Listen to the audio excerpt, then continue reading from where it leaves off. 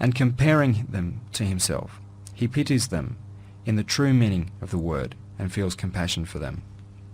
He does what he can to help them, and at the very least prays for them and goes to visit them to ask them how they are, which is sunnah according to the Sharia, and earns reward. 17th remedy. O sick person who complains at not being able to perform good works due to illness, offer thanks. It is illness that opens to you the door of most sincere good works.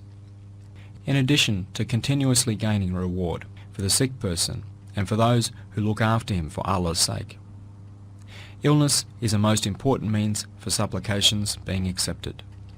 Indeed, there is a significant reward for believers for looking after the sick, inquiring after their health and visiting the sick, on condition it does not tax them, is sunnah, and also atonement for sins. There is an hadith which says, "Receive the prayers of the sick, for their prayers are acceptable," especially if the sick are relations, and parents in particular. To look after them is an important worship, yielding significant reward. To please a sick person's heart and console him is like significant almsgiving. Fortunate is the person who pleases the easily touched hearts of father and mother at time of illness and receives their prayer. Indeed, even the angels applaud, saying, "Mashallah, Barakallah," before loyal scenes of those good offspring who respond at the time of their illness to the compassion of their parents, those most worthy of respect in life of society, with perfect respect and filial kindness, showing the exaltedness of humanity.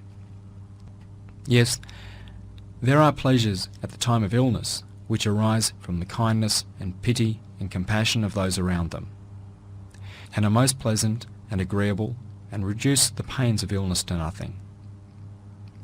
The acceptability of the prayers of the sick is an important matter. For the past 30 or 40 years, I myself have prayed to be cured from illness of lumbago from which I suffer. However, I understood that the illness had been given for prayer. Since through prayer, prayer cannot be removed, that is, since prayer cannot remove itself, I understood that the results of prayer pertain to the hereafter, and it is itself a sort of worship. For through illnesses, one understands one's impotence and seeks refuge at the divine court. Footnote number 16.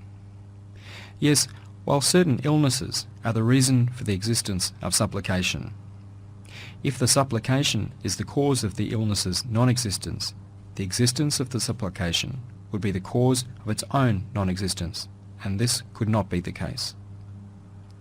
Therefore, although for 30 years I have offered supplications to be healed, and apparently my prayer was not accepted, it did not occur to me to give up the supplication, because illness is the time of supplication. To be cured is not the result of supplication. If the all-wise and compassionate one bestows healing, he bestows it out of his abundant grace.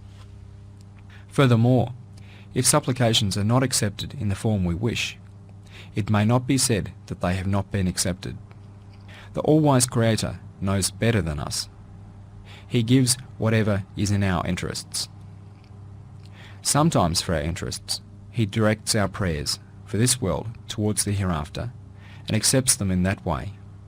In any event, a supplication that acquires sincerity due to illness and arises from weakness, impotence, humility, and need in particular, is very close to being acceptable.